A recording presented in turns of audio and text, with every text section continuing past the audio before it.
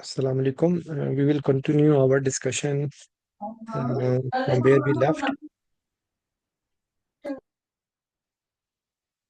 This is 5 day or 5 days ago. 25-year-old woman suffered traumatic brain injury. So, in traumatic brain injury, you should just revise what are the important points with reference to traumatic brain injury. So, there is one injury which is there primarily, and that is not preventable, of course. And the whole of the management goes around prevention of secondary brain injury. Okay. And whenever there is a scenario of traumatic brain injury, you should be thinking that you should be thinking about other injuries as well. Okay. So just we do what we do in ATLS, Advanced Trauma Life Support, the same strategies or same management should be in your mind. Okay. So because whenever you are, of course, not in every question the same, all the things will be there, but if you just want to have a brainstorming, you should think, and that especially you see other intractable injuries, care of cervical spine, bleeding. Okay. Of course, the main focus will be in the prevention of secondary brain injury, which will be with reference to like avoidance of all the factors which will increase the ICP, like hypoxia, hypercarbia, acidosis, sympathetic stimulation, anything which is affecting the mean arterial pressure and ultimately the cerebral perfusion pressure. Okay. So, then there will be some changes in sodium balance. There will be some changes in fluid management. So, all things you should be remembering. The viscosity should not be going too high. The temperature should not be too high. All the factors which we think. So, this should be in your mind. So now, what is this? She is saying, despite a normal CT, she demonstrated bilateral motor posturing. Uh, she therefore had an intracranial pressure bolt inserted shortly after admission in order to monitor her ICP. You begin your monitoring review by analyzing her ICP waveform. Of course, this question is on the basis of ICP waveform, and usually such questions are not asked in all sort of exams. Mainly, these questions are asked in basic sciences usually, but you should be knowing the basics of these ICP waveforms. So let's have a look on it. So this is A wave. Okay. Intracranial pressure bolt is a solid intraparenchymal catheter containing either a fiber optic sensor or micro strain gauge in its tip. Okay. So it can be inserted under local anesthesia and extend up to 20 mm intracranially, therefore allowing by the transduction of intracranial pressure in that region of brain. Okay. The value is usually displayed as a number, but can be translated into a graphical display of waveform.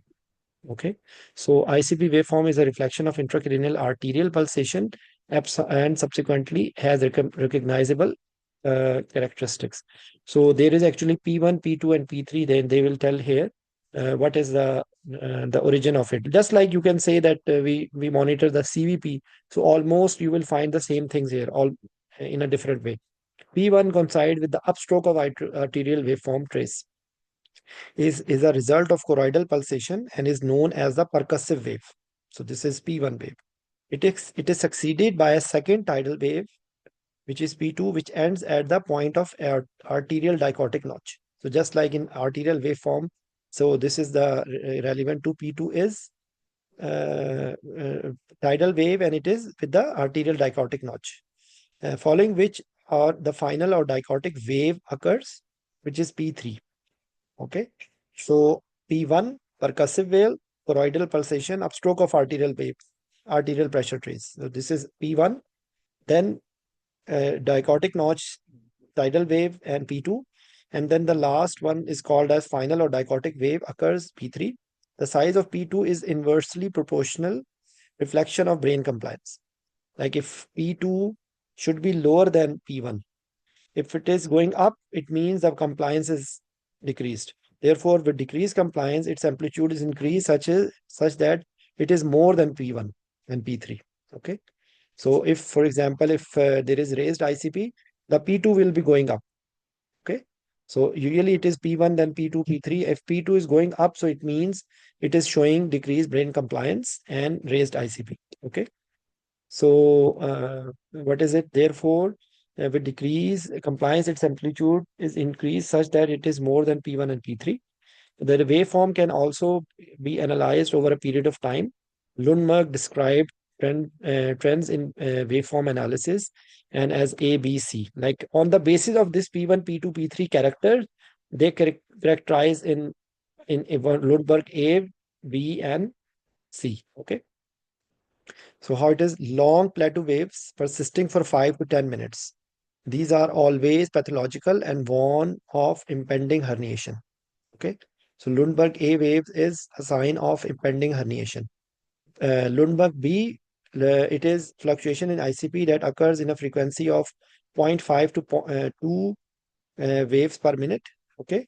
That is persistent, and that is frequency fluctuations in ICP that occurs with a frequency of zero point 0.5 to 2 waves per minute. Yeah, but like every wave, every 2 waves or 2 per minute.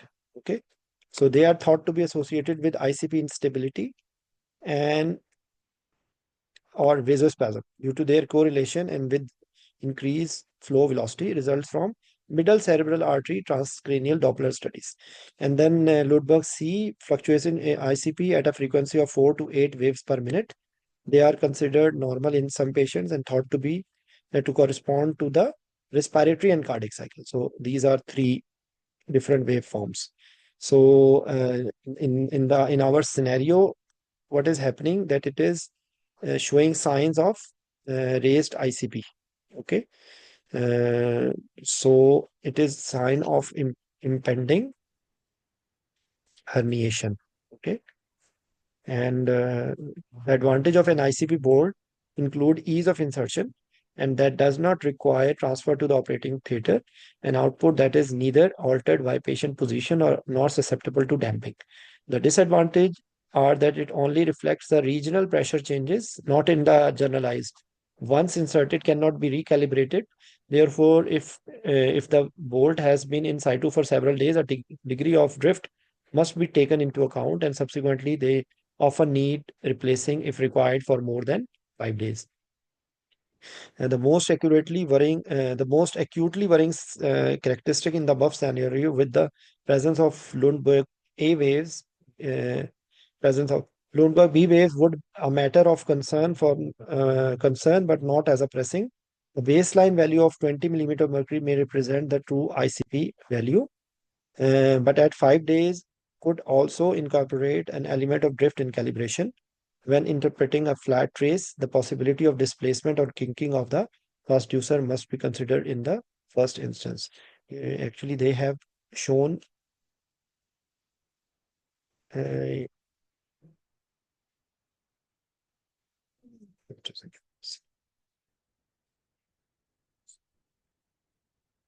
so it is like that. Okay.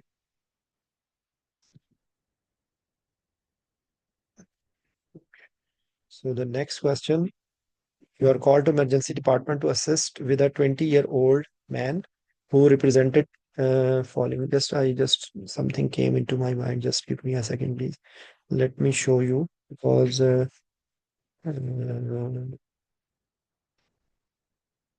actually it's a quite boring topic, and it's not written in actually all the books. In the basic sciences books, you find it. I just recalled from where I read it when I was preparing. So pardon me for a minute. Let me show you maybe some more information about these waves we can get from here. Just a second. This is actually physics, pharmacology, and physiology for anesthetist. And it's right here. I think it is here. Just a second. So it's page number 3.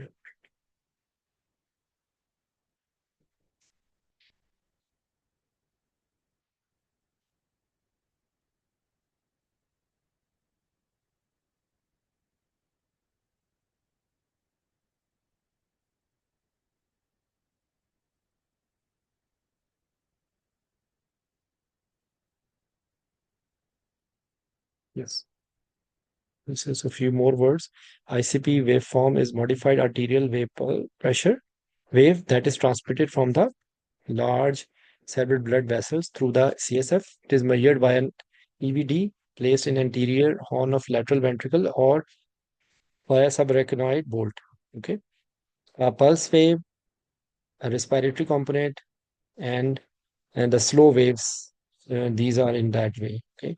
So in non-compliant, if P2 is going up, as we discussed here, so if P2 is going up, it means it's a non-compliant, and it's you can say the ICP is raising. So P1 is percussive, transmitted arterial pressure. P2, this reflects brain compliance and is thought to occur due to arterial waveform reflecting off the brain parenchyma. Okay, it is usually 80% of amplitude of P1, but its amplitude varies inversely with brain compliance. So almost the same knowledge is written here. P2 ends with the dichotic notch, which coincides with the closure of aortic valve. The third one is related to venous pressure, and thus its amplitude will increase as CVP rises. In the non-compliant brain, the amplitude of P2 increases to be greater than P1, while the whole waveform becomes more rounded. The baseline of the wave will also increase at ICP rises. Okay, so this is about the one which we just read, Lundberg's A, B, C. So you can have a look here if you want to read in detail.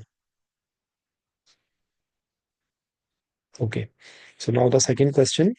Um, there is grand mal seizure in a 20-year-old man. Okay, so you should be just thinking how grand mal seizure occurred, or different types of seizures. He has begun fitting again, and his conscious level has remained below baseline for 30 minutes. Okay, so this is ictus, the, the post or epileptic. He has a history of epilepsy and has not been taking his usual medication since his prescription ran out 1 week ago. He is otherwise well. So, what is your plan of action? Which of the following is the most appropriate immediate action? Intubate the patient to protect the airway and optimize ventilation. Check his blood glucose and treat any hypoglycemia with intravenous drip throws. Take blood for full blood count, electrolyte, urea, creatinine, liver function, and anti-epileptic medication levels. Administer his anti-epileptic medication intravenously. Apply pulse oximeter, blood pressure, and ECG. So you see, who presented with there was grand mal seizure, and he has been fitting again, and his conscious level remained below baseline for 30 minutes. Okay, and he's a so I think let's see the answer. I think they will take the medication levels. Let's see, or intubate. Oh. Seizure activity that persists without return of conscious level to baseline for 30 minutes is defined as a status epilepticus and is a medical emergency. Status can occur in without with any classification of seizure, but the generalized form is that which is most commonly observed. Rapid assessment and swift management is required to minimize the complication of unremitting neuronal discharge. If status persists, compensation in blood flow to meet increased metabolic demand begins to fail, leading to insufficient cerebral perfusion. Cerebral tissue damage follows. Cardiac arrhythmias, pulmonary hypertension, pulmonary edema, global metabolic disturbance, and rhabdomyolysis may occur. Because when the brain is controlling the whole body, okay. So if the brain is having, like you can say, it's an if the heart is pumping the blood and heart is not contracting well, the blood will not reach. Similarly, if the neuronal discharge are uncontrolled, so it will cause any problem, like it mentioned here. All of function should be performed as soon as possible and ideally in parallel. NICE specify that airway securement should be implemented immediately, but in order to perform this safely, it is mandatory to have standard monitoring inside. I don't know because, in my opinion, intubation should be the first. But you see, that's a trick in such questions, that they want that even when you want to intubate, you want to have baseline monitoring. That's what. because all things has to be done. Once you intubate the patient, then you will check the blood sugar, glucose as well. You will send the blood levels. You will send the anti-epileptic medications. But in this scenario, what they want, that even before intubation, you need to put the monitors. This is the base of on key in this. So in the learning points, that you can just revise your epilepsy, what epilepsy is, what are different types. Okay, you will find here article. Let me show you. Uh, just a second.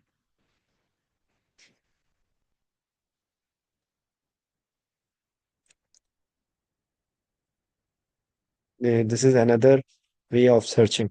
So you will just write the buzzword, and you will find like all information about epilepsy. Okay, so you can just choose. Now you the thing is that the people think that how to pick them. You can read the latest one. This is one option, but you just open and you see what you require.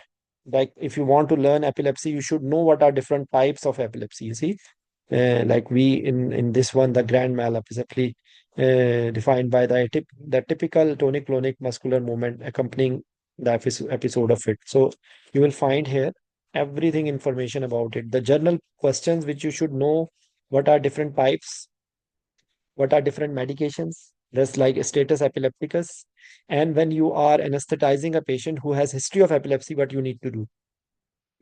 Of course, you will see what are the medication patient is taking, and ideally, if it is in an elective case, you should measure the baseline drug levels. This is one thing. Then you will make sure, or maybe you need to have a extra uh, dose before start of anesthesia. You will see a number of time an anti-epileptic, like these days, this levetiracetam, this Capra is frequently used. So a number of time they give a bolus. Then you will make sure any electrolyte imbalance or any factor which can trigger the epilepsy should be avoided.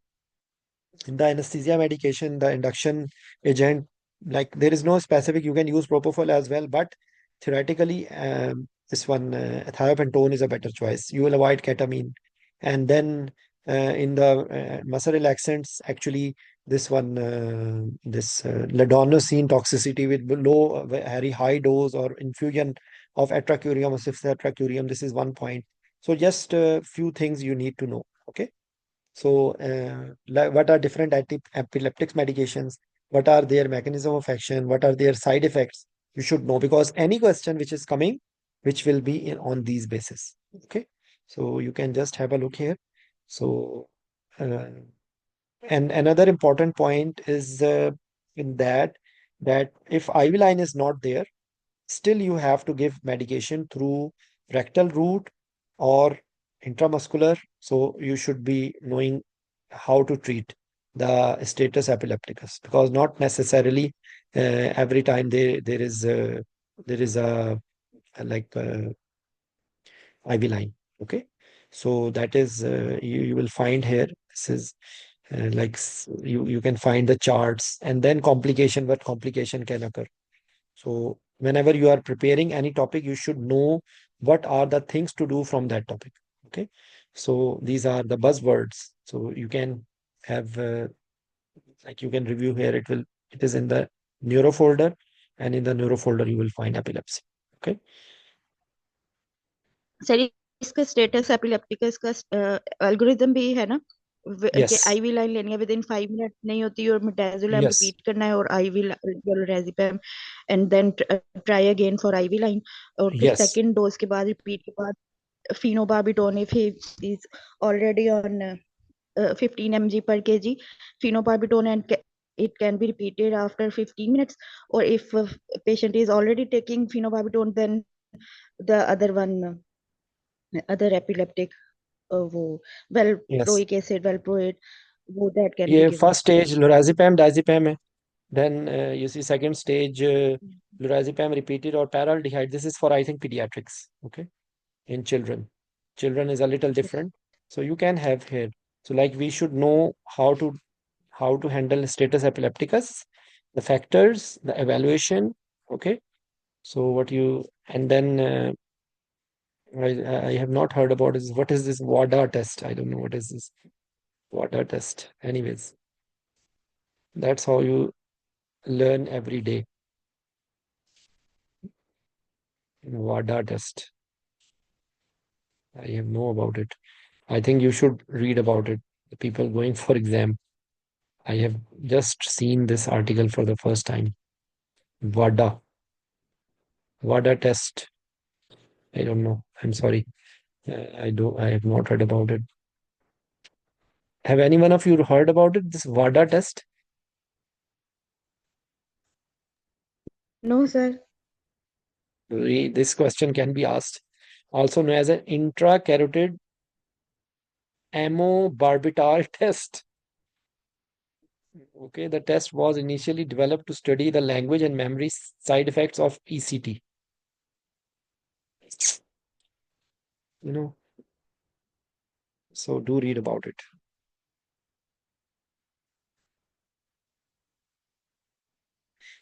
Some people say that we have to read a textbook and this and that. But believe me, if you read articles, like and another thing, don't be afraid. You don't need to read each and every line. You just need to find like this. Suddenly, this word came. So you just have to know some information about it, so that if they ask somehow this question, you have some idea about it. What is this test? How it is being used? Okay. So.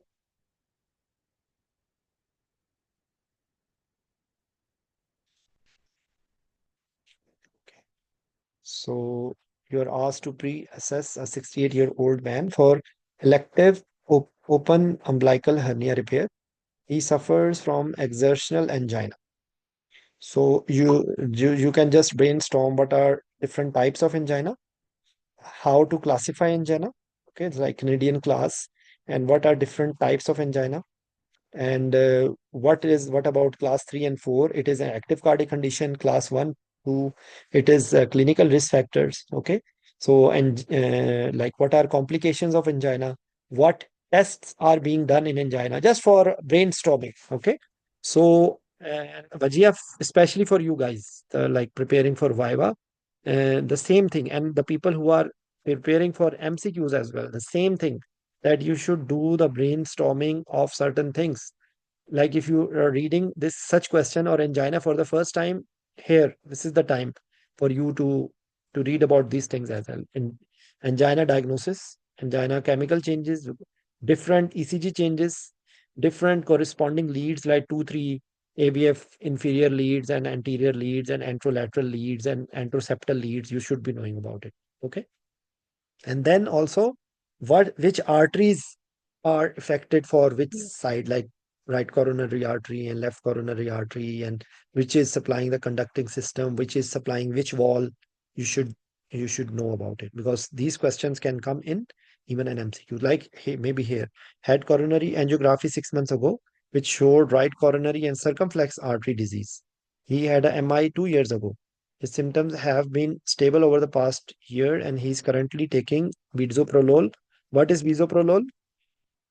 You should be knowing. Aspirin, ramipril. It is ACE inhibitor. It is NSAID, and for as an antiplatelet. Creatinine is 120, like it is around 1.5, around 1.4, 1.3, because 88 is 1 milligram per dl. So because in our setup it's milligram per dl, but you should know that you will divide 120 by 88, and the answer will be in milligram per dl. He is not diabetic, and he has not had a stroke. So he is independent and performs all his housework. So what is the so this patient is for umbilical hernia. So just for an brainstorming, that whenever there is hernia, you should be asking what is the exact location of hernia. Is it if it is umbilical, it may be supraumbilical, it may be infraumbilical. What are the contents? How big it is? Is it obstructive? Is it gangrenous? So everything you should be in your mind. Okay, because they are saying elective, so still you in the ultrasound you can come to know what is the size of hernia.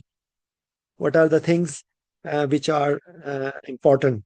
So I know that maybe not in every case everything will be important, but this data can have a lot of brainstorming for you. What is myocardial infarction? What is different type? What is STEMI? What is non-STEMI? Okay. Then like bisoprolol, what are different types of beta blockers? Okay, so you should just think like that. What is mechanism of action of ACE inhibitors?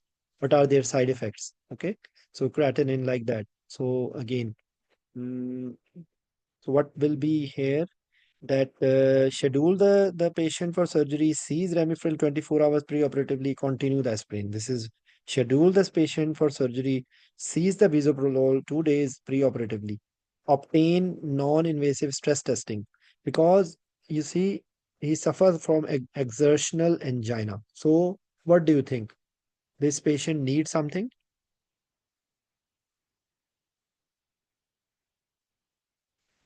because this is an elective surgery. Obtain non-invasive stress testing. Sir, Repeat for D, option D, refer for repeat coronary angiogram. Just a second. Refer for coronary artery bypass. This is not the answer, but I think you see either non-invasive stress testing. What do you mean by non-invasive stress testing? Like what are हाँ different non sir, ECG, no ECG and echocardiography. non-invasive stress testing like exercise tolerance test because you see they are saying this is exertional 3 flight of stairs. So uh, let's see what is the answer here. They don't want to do. Uh,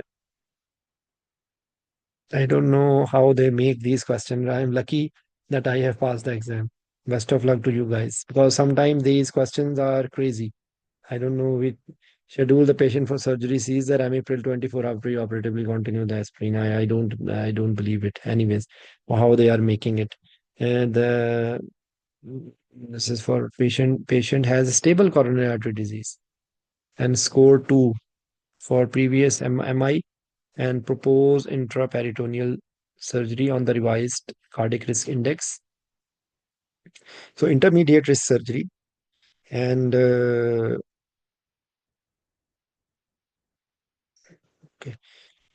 just a second. For non-invasive testing, use a slightly amended version of above risk scale with prior myocardial infarction being assigned a separate point and recommend that patient with 3 or more of clinical risk factors listed below are referred for further assessment. Angina, prior myocardial infarction, heart failure, stroke, renal dysfunction. Okay, so actually maybe they are saying that patient does not have diabetes, so this is not there. No stroke, they said, and creatinine was even not that much high. So only I think they want 3 of the factors. There are 2 factors. So in patients with extensive stress-induced ischemia, refer for coronary vascular may be indicated. The method of achieving this will depend uh, on the potential benefit of the procedure, percutaneous cardiac intervention, or CABG. Preoperative diagnostic angiography is indicated in those patients with the STEMI, non-STEMI, and unstable angina not controlled with medical therapy. Uh, it may be considered in stable patient undergoing high-risk surgery. Referral for any procedure must take into account and the risk to the patient as well as the potential benefit. In this situation, patient is relatively low risk and has had a recent angiogram. It is therefore unlikely that a repeat angiography justifies the risk. They are just saying that the patient has angiography. So this is in patients already established on beta blockers. These should be continued. So this doesn't need to be stopped. Although a topic of some debate related AC inhibitors. So we will discuss the rest of the thing. AC inhibitors,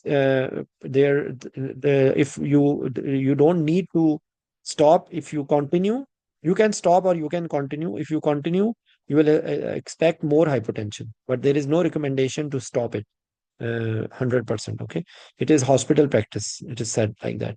Aspirin should be continued unless these are concern related regarding hemostasis during surgery. The use of biomarker including BNP is under evaluation and may be of some use in the risk stratification of the cardiac patient. Actually, what they want to know here, now we recheck why this answer is there. Uh, I think, this was, I was in doubt that maybe this is more mats. Usually we take two flight of stairs. Here they have written three flight of stairs. So I think they are saying it as a adequate mat. That's what I think. And the patient has right coronary circumflex disease. MI 2 years ago, his symptoms have been stable over the past increase.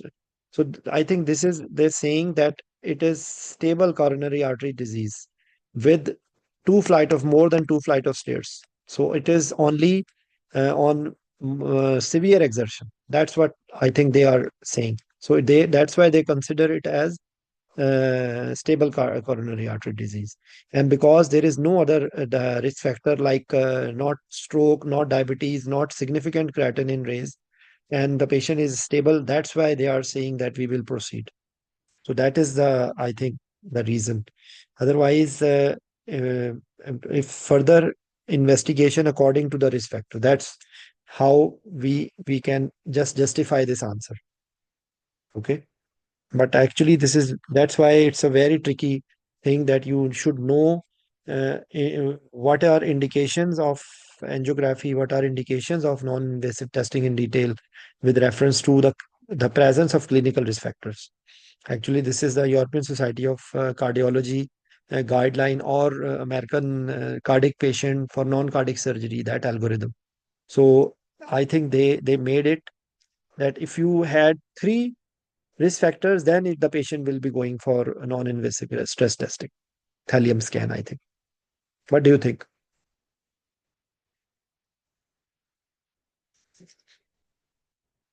Is it like this?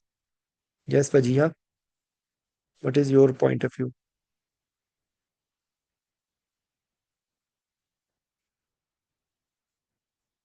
Anyways, let's go to the next question. 30-year-old. Echo Yes, should be done. sorry.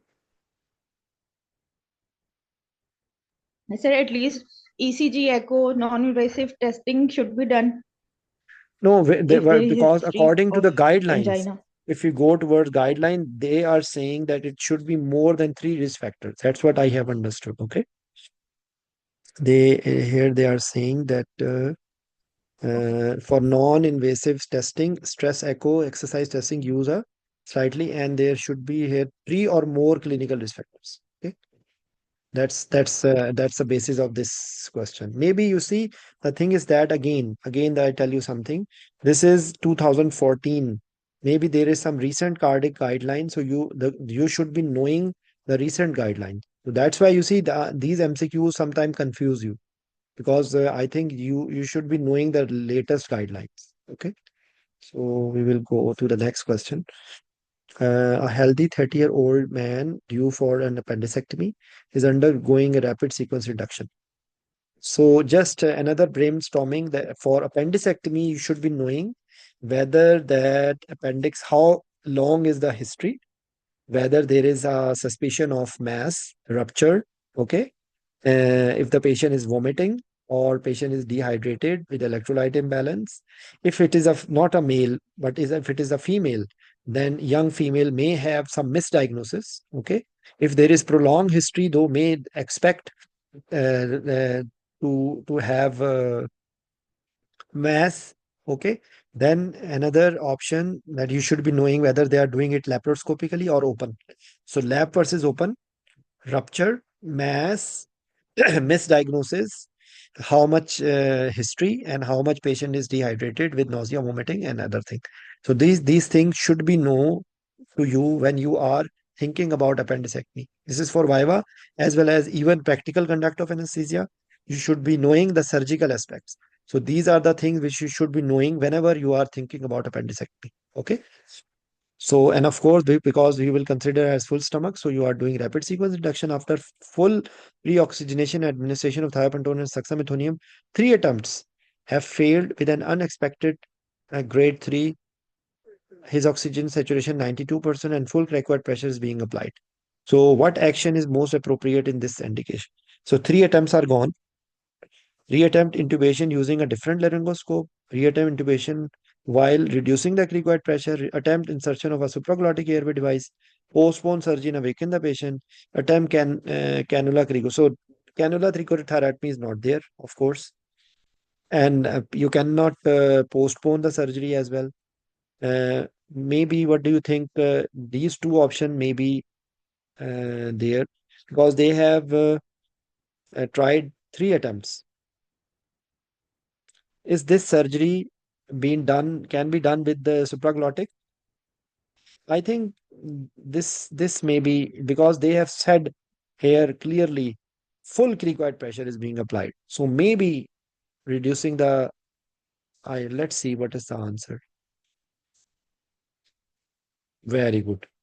You know, our this my guesses are wrong. Lucky that I have passed the exam. Management, maybe they are doing it. I don't know. This is an appendicectomy. How can they delay it?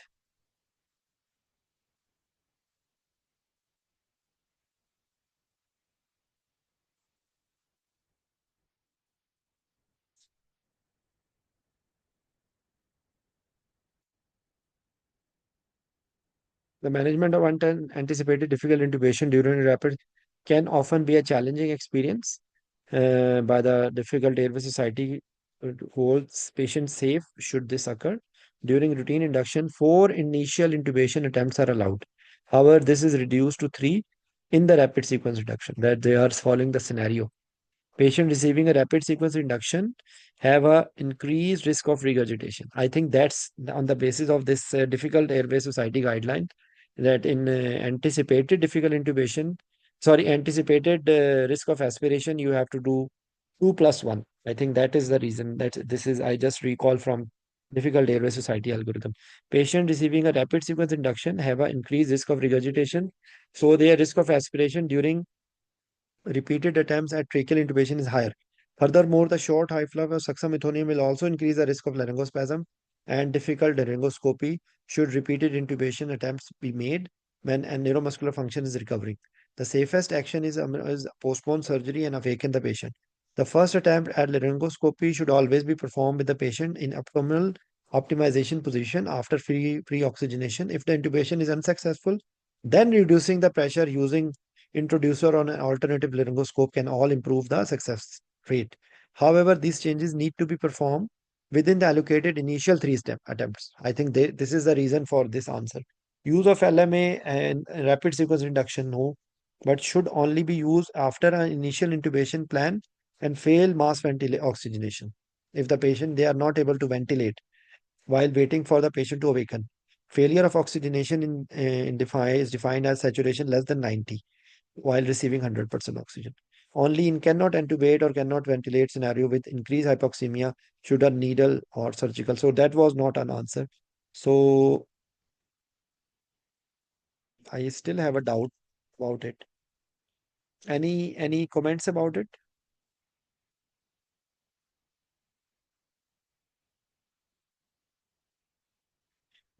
Because what I think what they are saying, because I have only one doubt that this is an appendicectomy.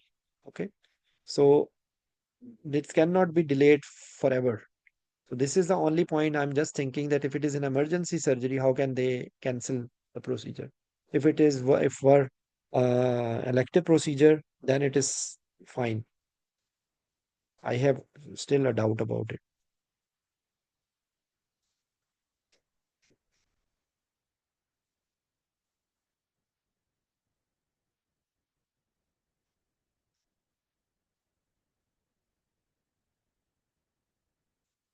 Okay, if anyone can comment about it, because such question, this is the What problem. what is its answer?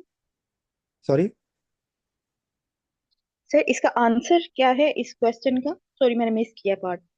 the answer to this question is postpone surgery and awaken the patient.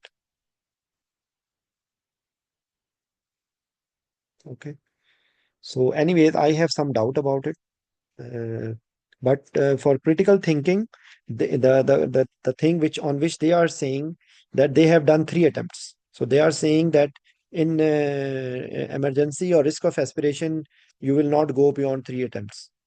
But in that scenario, what you should be doing, actually, the explanation is there that these two options should be done in the first 3 attempts. That reducing the required pressure, so this option is gone, and this one is also gone. So they are saying that you cannot put supraglottic airway device. That you cannot do the surgery in it because patient already have oxygenation. If they are saying that if it is less than 90, then they will put supraglottic airway device. Let's see. Anyways, the next question, this Prognostic. last question. If if it's not hypoxia, then we will weaken the patient. Yes. But the thing is that appendectomy cannot be postponed forever. This is another point. Na? But anyways, I don't think so. This is a very good standard question because there is enough doubt. Because it's an emergency surgery. How can you Yes, sir. postpone? This is so I think I have some doubt about this question. But anyways, uh, a 80-year-old woman admitted with pneumonia 14 days ago suffers an episode of large hematemesis requiring endoscopic investigation. You anesthetize her and secure her airway unevenly with a size and 7.5 endotracheal tube at 24 centimeter teeth, oxygen saturation 99%, FiO 2.4, then extends her head. At this point, she becomes progressively hypoxic and chest wall movements become limited to the right side. Okay, so what is the most likely reason for her? I think the tube is more in, so that's why and the tube is gone inside. So that's why this is aspiration of gastric contents, bronchospasm, sputum plugging of a bronchus, pneumothorax. I think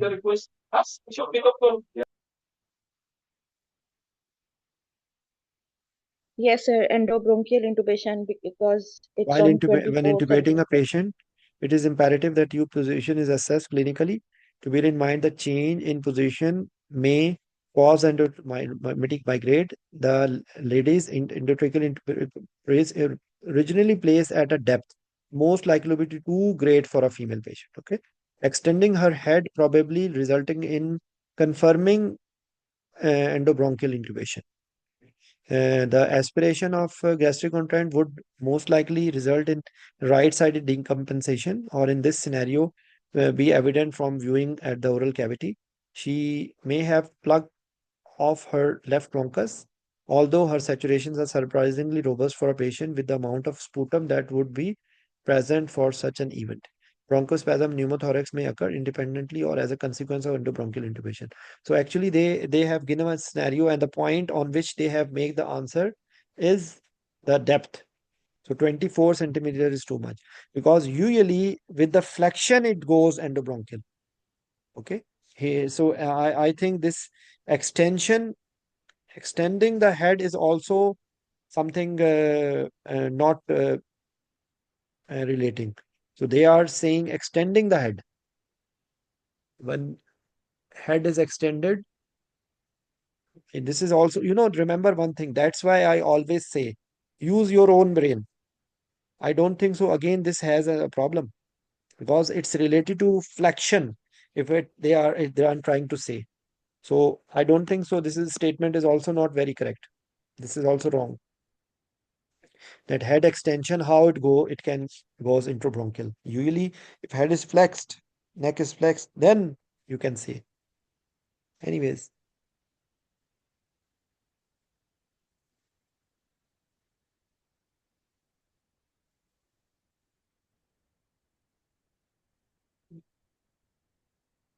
one more.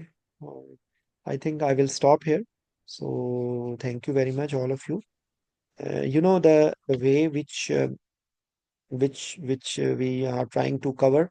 It's equally good for both MCQs based learning as well as even people who are preparing for Viva. I know that it looks weird that you are looking at the MCQs and I'm saying that you can get the brainstorming for your Viva as well. Remember one thing, there is no difference between written and Viva. The same knowledge is there. Rather, you should have a grip of subject to the extent of Viva when you are preparing for MCQs. Only then you will have enough knowledge to pass even MCQs. And another thing that if such questions come, Don't take it to your heart.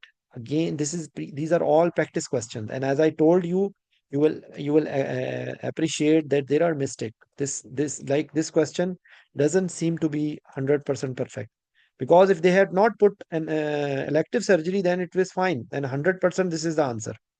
But they have put an appendectomy, which is relatively urgent procedure. So how they are saying postpone surgery. How can they postpone surgery?